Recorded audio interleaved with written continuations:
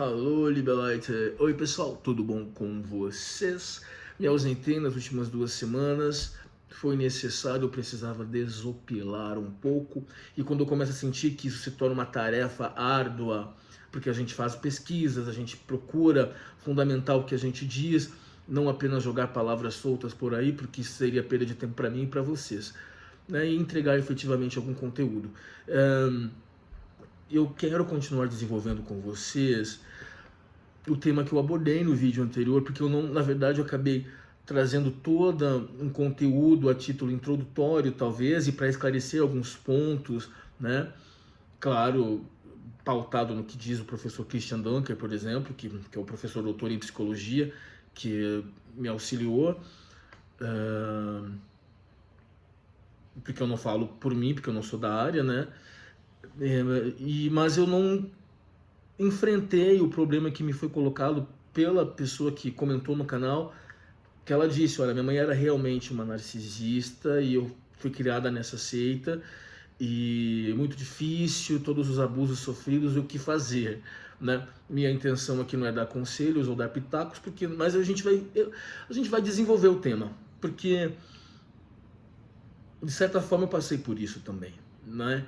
Eu já constatei isso faz tempo, mas eu acho que esse transtorno se manifesta em intensidades, às vezes mais graves, às vezes mais moderadas, então a gente precisa prestar muita atenção nisso. Apenas para recapitular o vídeo anterior, a gente trouxe a noção de que o narcisismo, em dada medida, ele é necessário e é saudável, porque automaticamente ocorre, não, aliás, não necessariamente automaticamente, porque às vezes o pai pode ser relapso e não se importar com o filho, e aí é um problema, é a ausência total do narcisismo, né?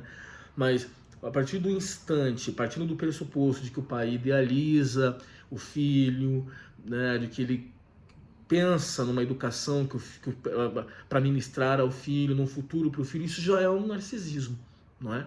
Mas um narcisismo saudável. E o que se busca é o narcisismo mínimo. Nada daquela mãe, daquele pai que sufoca o filho, daquela mãe que pressiona demais o filho, a mãe helicóptero que está sempre sobrevoando o filho.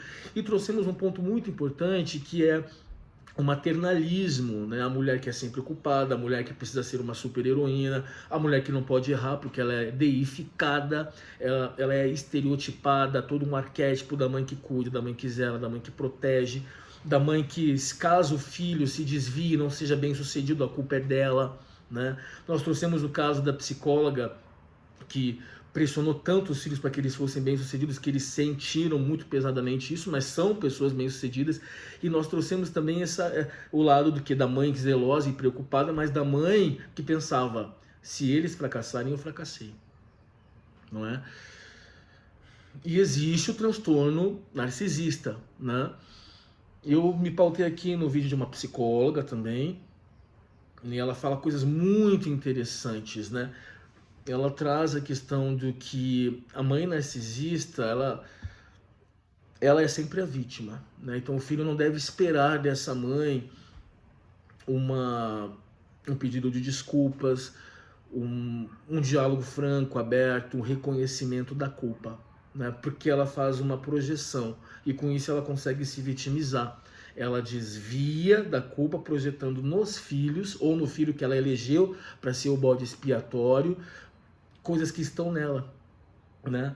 Então ela demonstra sofrimento e vitimização quando alguém aponta os defeitos que ela tem. Ela realiza toda uma campanha difamatória sobre o filho, né? Ela traz uma questão interessante aqui, que essa mãe ela vai minando a credibilidade do filho perante os parentes ou as pessoas próximas. Ela é a vítima, a sofredora, abnegada, e o filho é o problema. Diz que elas são invejosas, mentirosas e inseguras. Se você progride, ela não vibra, né? Já porque ela tem esse problema da autoestima baixa e de uma essência invejosa. Ela cria conflitos com todos que estão ao redor. Demonstra sofrimento, vitimização quando alguém aponta. Elas necessitam ser o centro das atenções. E ela traz aqui, essa psicóloga, como um traço muito marcante das mães narcisistas, é que elas precisam ser uma fonte de adoração e atenção. O mal que ela provoca ou que ela causa aos filhos, ela esquece, mas qualquer falha do filho é apontada eternamente, nunca é esquecida. Só importa o que elas sentem. Tudo tem que girar em torno delas. Agora eu estou abordando o transtorno quando ele é real.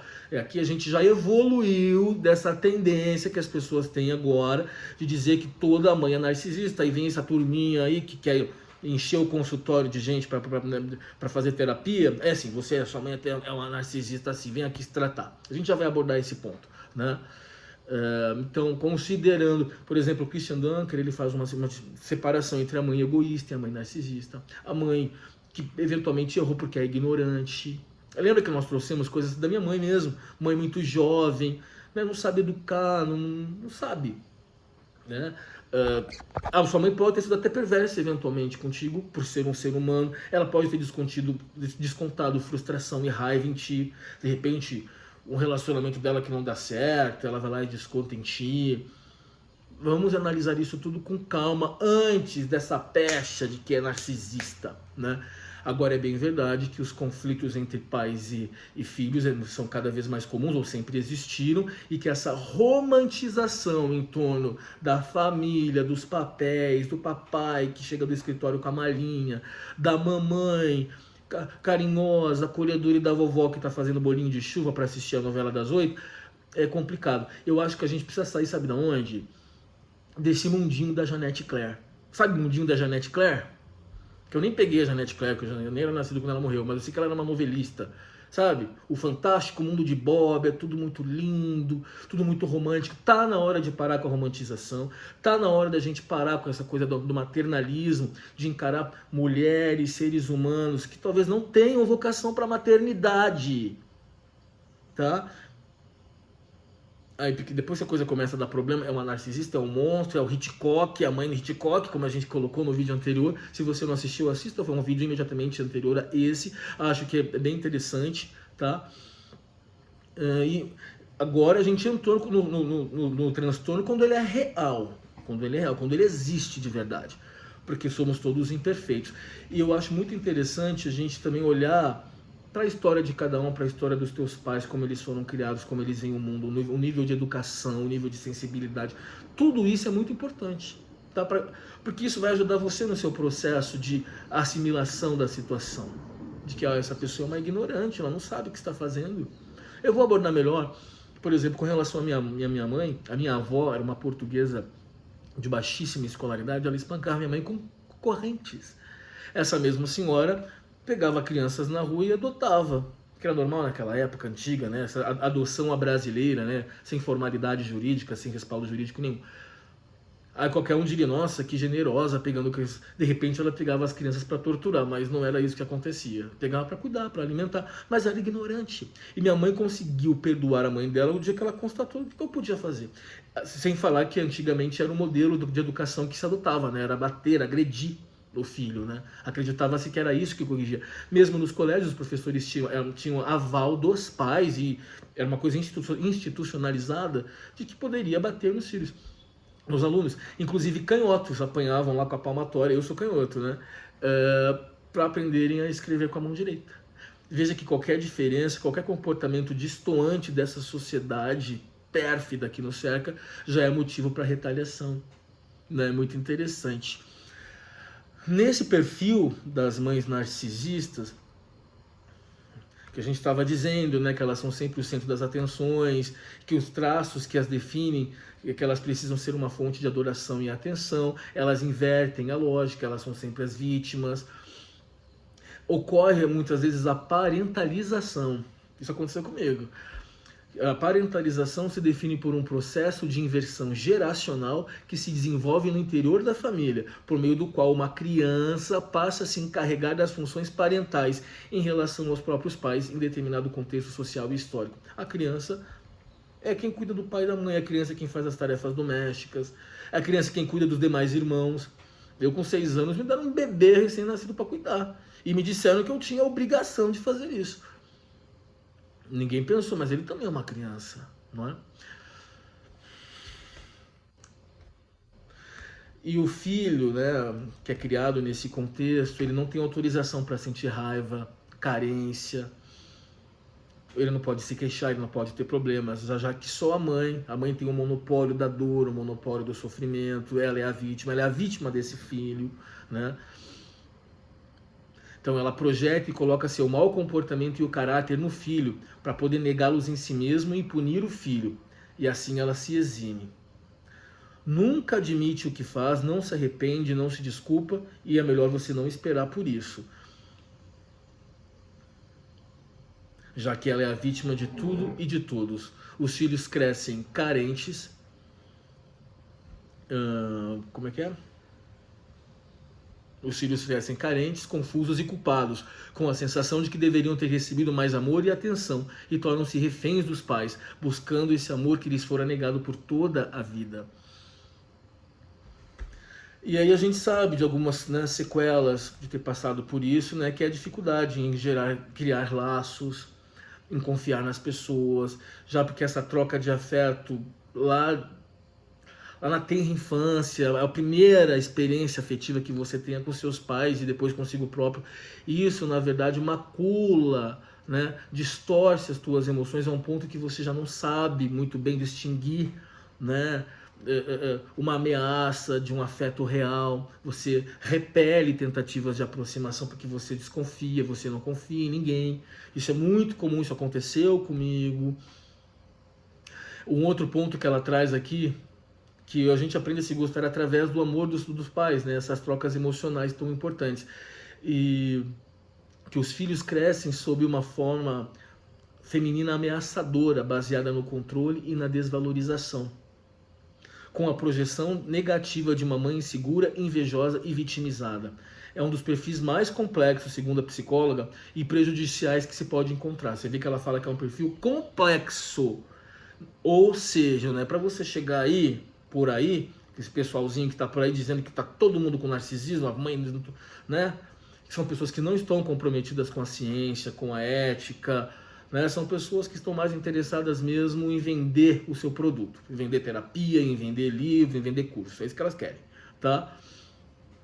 Ela aponta que às vezes um pai presente nessa relação pode dar uma controlada, uma segurada aí na mãe, uma equilibrada nesse ambiente. Às vezes o pai é amoroso e tal, mas às vezes o pai também se omite e a situação continua, às vezes tende a ser até pior, né? Porque o pai também não se posiciona, né? E se você não se posiciona, significa que você corrobora, né, a situação. E fala, né, da dificuldade de assimilar uma mãe com esse comportamento. Um ponto interessante, que é aqui que eu me encaixei muito bem: mulheres podem apresentar características desse transtorno e ainda assim serem funcionais a nível pessoal e social, mas são incompetentes para criar e educar os seus filhos. E que esse transtorno muitas vezes se dirige às filhas, né, quando há filhos e filhas ali, porque é ali que rola a projeção, né? Aí a pergunta que me fizeram: o que fazer? Vamos lá então, vou falar o que eu acho como alguém que, fazendo uma análise sobre a minha criação e como as coisas se deram, e tendo assim o máximo de indulgência possível e compreensão em relação às circunstâncias sociais, culturais em que se desenvolveu a minha criação, principalmente tendo como referência o fato de que minha mãe era uma guria de 15 anos, que foi espancada, que foi lesada pela própria mãe. Eu acho que é isso aqui, é essa última frase. Ela tinha características desse transtorno, né? Porque ela não me difamava por aí, pelo contrário, ela ficava feliz com as minhas conquistas até certo ponto. Até hoje eu sinto que ela sente uma certa inveja, mas ela trabalha isso nela, né? Porque foi muito difícil para ela reconhecer que eu era melhor do que ela. Isso foi uma coisa, então, hoje é assim: liga para ele que ele resolve, fala com ele que ele resolve. Qualquer dúvida, até eu não sou um oráculo, né? Mas é engraçado essa confiança que ela tem de que eu vou lidar com a situação. Também havia a história de que o filho homem é o varão da família, então se você é homem você vai trabalhar na carvoaria, na mineração, muito distante de uma figura como eu, né? Que usa ali o intelecto como ferramenta e tal, de sedução inclusive. Porque veja, foi uma criação muito difícil, porque há componentes desse transtorno, né, na minha mãe. Realmente ela nunca foi indulgente comigo, ela nunca se preocupou em me conhecer, ela nunca se preocupou com o que eu sentia, Mas, por outro lado, ela, se havia um aniversário, ela comemorava, ela se esforçou uma vez para comprar, queria uma bola para jogar bola, ela se esforçou para comprar, porque para nós era muito difícil devido à nossa situação social. Eu queria um videogame, quando as coisas melhoraram um pouquinho pra gente, ela se esforçou para comprar, né? Então, coisas que você vai vendo que dando uma equilibrada nisso tudo, mas deixando ainda, é claro, muito a desejar. E eu andei pensando que seguramente eu me tornei assim eloquente como sou, fluente como sou,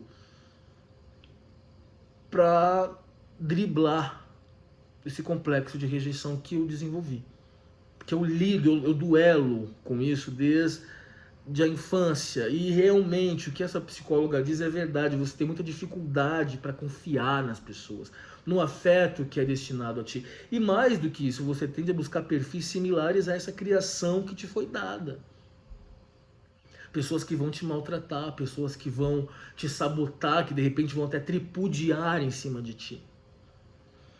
Né? Então a coisa fica muito deturpada, a coisa dos afetos, né? De onde você, para quem você direciona o teu afeto e como você se vê, como você se enxerga, a questão da tua autoestima fica comprometida quando você é criado dessa forma, né?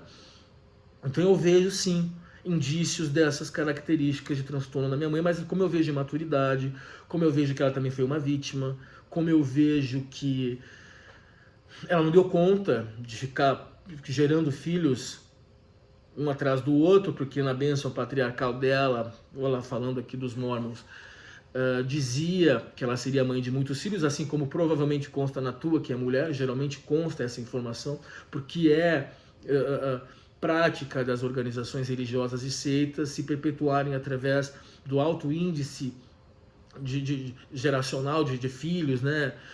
De fecundação mesmo, né?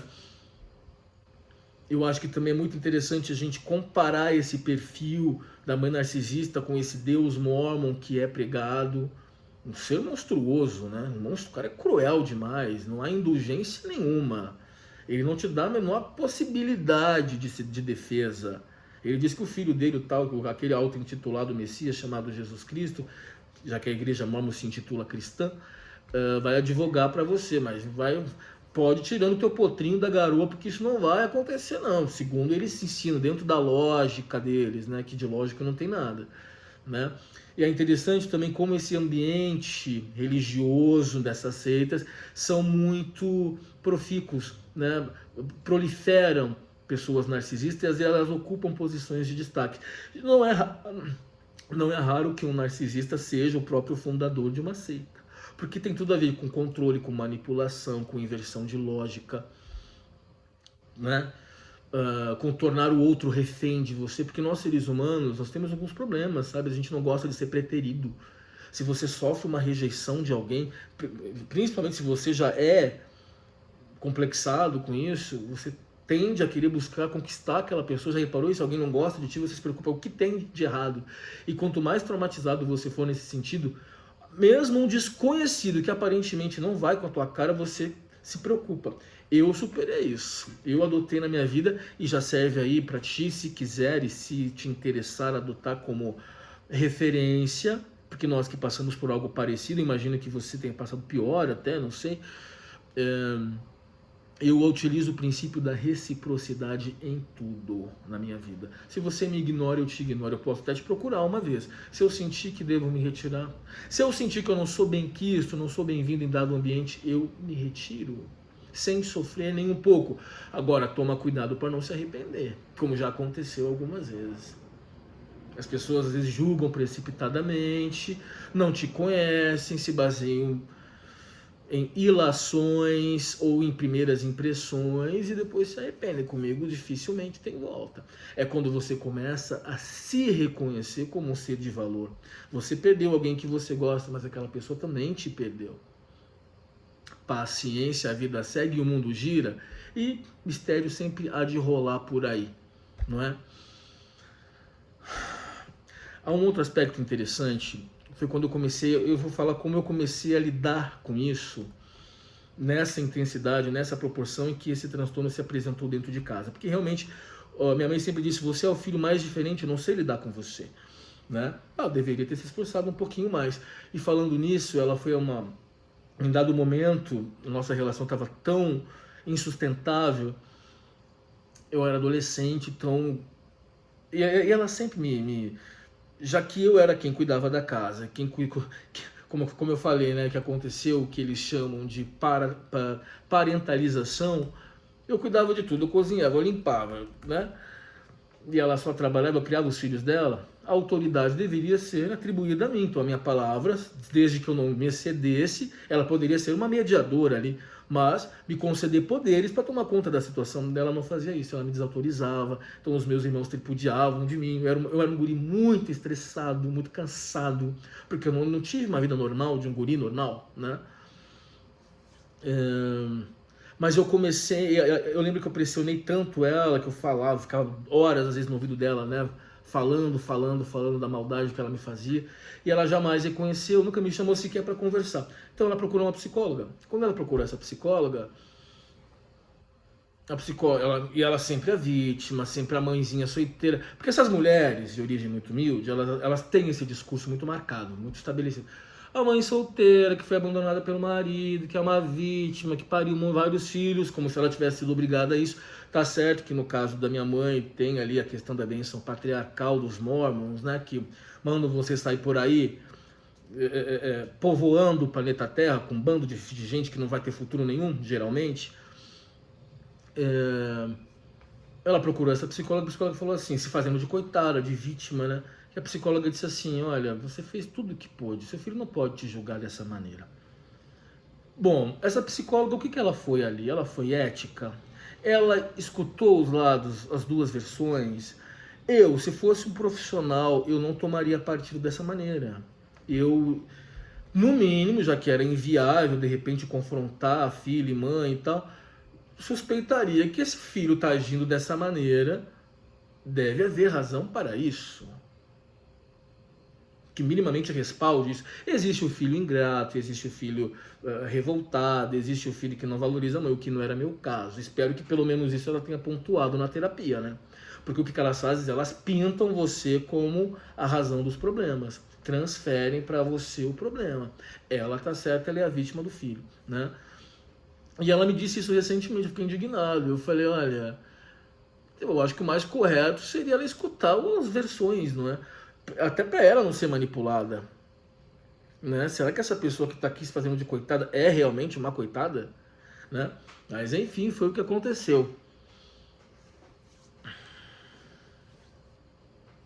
Então essa pessoa que está no terapeuta, né, no psicólogo, aliás, ela está buscando se desvencilhar da culpa, está buscando um profissional que passe a mão na cabecinha dela e fala, tadinha, você fez tudo o que pôde, ou ela está buscando um confrontamento para entender em que medida ela é responsável pelo comportamento agressivo dos filhos. Porque entenda, o filho não é revoltado por acaso. Óbvio que não estamos aqui para diagnosticar a culpa do pai para apedrejar, mas para que ele reconheça a justa medida de sua responsabilidade e procure uma composição com o filho, já que a responsabilidade é dele. Não adianta, não adianta. Quando eu comecei a enxergar essa situação de outra maneira, tá? E aí, já que trazendo no contexto de quem viveu numa seita, com uma mãe narcisista, ou com uma mãe que tenha traços narcisistas, tá? Com Deus narcisista, num celeiro onde procriam-se narcisistas, pessoas que ocupam funções destacadas porque elas manjam o sistema de manipulação, elas sacam o esquema e para elas é muito vantajoso, tá? Eu estava numa festa de aniversário, certa feita, eu até abordei, tangenciei o tema, mas não concluí, porque eu acabei me perdendo um pouco. E as pessoas estavam ali, tomando cerveja, e aí os traumas começaram a surgir, né? Então, de repente, uma guria assim, uma negra, né, bonitona, assim, falou que a mãe dela brigava com o namorado e espancava ela. E eu percebi que ela estava entalada com aquela raiva, né? E ela se convenceu dessa conversa fiada que espalham por aí de que mãe é mãe, porque você não pode falar mal da tua mãe. Se você abrir a boca para questionar os métodos da tua mãe, você é um monstro. E isso porque elas têm, vamos dizer assim, uma reserva de mercado das mães ultra... das supermães aí que fazem tudo pro bem do filho, então tudo se justifica, enfiar a mão na cara do filho, como aconteceu comigo, né? Publicamente o desmoraliza de uma maneira violentíssima, né? Que o filho não esquece nunca. Então ela disse, né, que a mãe batia nela, mas que mãe é mãe, que fazia pro bem. Eu não aguentei, eu falei, para, isso faz alguns anos já. Falei, para, vamos lá, você já é mãe, correto? Você faz isso com teu filho? Ela falou, não. Por que você não faz? Porque eu sei que dói. A tua mãe era, agora vamos analisar, ela fazia isso em que circunstância? Para te educar, para te disciplinar, porque ela não conhecia outros instrumentos pedagógicos, porque ela foi criada assim, porque ela era uma ignorante, por quê? Não, porque ela estava magoada, porque o macho é um macho atrás do outro, que gera muitas vezes é assim, né? Porque os filhos estão indesejado. Filho não planejado, muitas vezes é indesejado. E a mulher quer sair, quer namorar, quer sair com os caras ela quiser, direito dela, mas ela esquece que tem uma criança ali. Acontece tanto, e você aí romantizando. Seja bem-vindo ao mundo real, em que as pessoas são pessoas. Não adianta você endeusar quem quer que seja, nem a tua própria mãe, por melhor que ela tenha sido. E eu falei, então se você não bate no teu filho, e se a tua mãe te espancava porque ela brigava com o macho, eu acho que você já tem a resposta. Ela não tava... Essa guria levantou, bateu as mãos assim em cima da mesa. Pá, essa FDP, desgraçada, eu sabia que ela me fez isso. E há tantos anos eu tô aqui engasgada e eu tinha medo de dizer isso. Porque mãe é mãe, a vida inteira me disseram que mãe ama os filhos e não sei o quê. Falei, seja bem-vinda ao mundo real. Por que ela não vem me bater agora? Que ela era uma mulher forte, jovem, encorpada, sabe? Essas negras encorpadas assim, que tem força, sabe? Eu falei, pois é. Eu falei, mas o que importa é que você não fez isso com teu filho, que aliás ela é uma excelente mãe, ela e o marido dela. Logo em seguida, as anfitriãs, né, era aniversário da mãe de uma delas, começaram a contar os traumas. Então elas viram o pai suicidou-se e elas viram o pai enforcado dentro do banheiro. A mãe era uma alcoólatra, dava festas, família de classe média, dava festas no apartamento, as pessoas entravam e saíam a hora que quisiam, da casa que queriam, dentro do apartamento as filhas iam dormir, enquanto a mãe fazia farras e farras e farras regadas a álcool. A mãe era tabagista também e obesa, imensa. Depois que a festa acabava, a mãe ia até o quarto das filhas que estavam dormindo e espancava as filhas. A mãe alcoólatra. Não preciso nem falar os traumas dessas gurias. Sabe o que elas fizeram? O pai suicidou-se, a família perderam a posição social, foram morar nas comunidades aí de São Paulo, né? Conseguiram se reestruturar, se reerguer. E hoje elas cuidam dessa mãe, que tem vários problemas devido ao alcoolismo, largou o álcool, mas mal consegue andar, enfim, devido à obesidade, tabagismo, enfim. Mas elas assumiram o respaldo da mãe, e a mãe nesse mesmo dia me disse, eu fui uma péssima mãe, eu sei que eu fui, por maldade e por alcoolismo, a própria mãe me disse. Elas fizeram a opção de criar, de carregar essa mãe, a relação delas evoluiu muito, a mãe é extremamente carinhosa, claro, porque agora é codependente, né? Agora depende dos filhos, e depende de uma família, depende de alguém, depende de companhia, depende de neto, né? Um outro caso, tenho muito medo das coisas que eu falo, porque as pessoas acabam acreditando mesmo e me dão crédito, sabe? Fico feliz de ter credibilidade, mas eu acho que eu não deu. Depois desse dia eu nunca mais falei nada. Um cara bem mais velho que eu falou, tem um problema com meu pai, que ele me fez isso. Um cara do interior, eu falei, olha, o tempo tá passando, teu pai tem quantos anos? 80. Tá na hora de um confronto ali, né? Olha o termo que eu usei, confrontamento. Não deveria ter dito isso, deveria ter uma hora de um diálogo. Sabe o que ele fez? Pegou o carro, dirigiu 6 horas até Franca, sei lá até onde, no interior de São Paulo, chegou batendo o pé na porta, chutando o portão, o velhinho já estava dormindo, era plena madrugada, o cara chegou, botou o dedo na cara do pai, você é um filho da mãe, você destruiu a minha vida. O velho disse que não entendeu nada, o cara pegou o carro e voltou para São Paulo, chegou de manhã aqui. Me ligou e falou, fiz o que você mandou. Eu falei, não mandei nada, eu só achava que fosse essa a solução, mas eu não mandei você fazer isso com o teu pai. Não, mas tá tudo bem, ele sobreviveu, depois que a gente vai conversar com calma. Olha o que dá você ficar retendo as emoções por tantos e tantos anos, quando sai dessa forma violenta. Era para sentar e conversar. Às vezes o pai nem sabe que te causou tanta dor, gente ignorante do interior, gente simples, lavrador, sei lá o que era. Quando eu comecei a me dar conta desses problemas tão comuns entre pais e filhos, e foi quando eu comecei a ter um olhar mais tolerante com a minha mãe. Eu comecei a me trabalhar, e isso é muito recente, isso é 2 ou 3 anos, de 3 anos para cá, quando ela começa a me dar ouvidos e abandona o mormonismo, aí ela cura a família de vez. não sei se cura, que esse é um termo, curar é um termo tão complicado como você fala de mente, né? Tem gente usando esse termo aí de forma muito indiscriminada, aliás, de forma indiscriminada, porque a gente atenua, a gente alivia, a gente maneja, né? Curar, tá curado. Isso é meio precipitado e irresponsável. Eu comecei a ter esse olhar com ela, então ela sai dos momos, ela busca uma recomposição, ela já me pediu perdão várias vezes. Porque houve negligência, sim. Houve, claro que houve. Né? Então, agora, você aprender a lidar com isso, e se for possível uma recomposição, não depende só de você, depende da outra parte também. Então eu conheço um caso, por exemplo, em que a pessoa, que é minha amiga até, fez tudo o que pôde para recompor a situação com a mãe. E ela não consegue. A mãe conhece muito bem o que machuca, a mãe sabe trabalhar as emoções dela. Por sorte, ela tem um pai muito carinhoso, que é artista, que é músico, é isso que deu esse afeto para ela. Mas não adianta, a gente ver que ela gostaria de ouvir da mãe o mínimo que fosse numa tentativa de compor, de recompor, de assumir. Mas o narcisista não faz isso, é muito difícil para ele, né? E eles morrem assim, muitas vezes, tá? E aí tem gente aí dizendo, afaste-se. Como assim? Você vai se afastar se você quiser, se essa pessoa não for importante para ti, se ela te causa muitas dores, e quando não for possível se afastar. Há filhos que, assim, olha, esse cara me fez muito mal, eu quero que ele se dane, tá velho, sem dinheiro, vivendo com aposentadoria. Problema teu, se vira, agora é com você, você não fez a mesma coisa comigo. O filho tem todo o direito de fazer isso sem ser julgado pela sociedade que diz, ai, o filho que abandona o pai e a mãe. Você não sabe o que esse filho passou na mão desse pai, é direito dele, aí é cada um por si nesse aspecto. Se for possível, a gente se afasta de tudo que nos faça mal. Agora, essa pessoa é importante para mim, eu já tentei uma recomposição, já insisti nisso, essa pessoa conseguiu entender o mal que ela me faz? Não conseguiu. Insistir, não deu. Às vezes a pessoa não consegue abandonar o pai que já está idoso, a mãe que já está idosa, que quer se enfiar numa igreja. Essa minha amiga está passando por isso.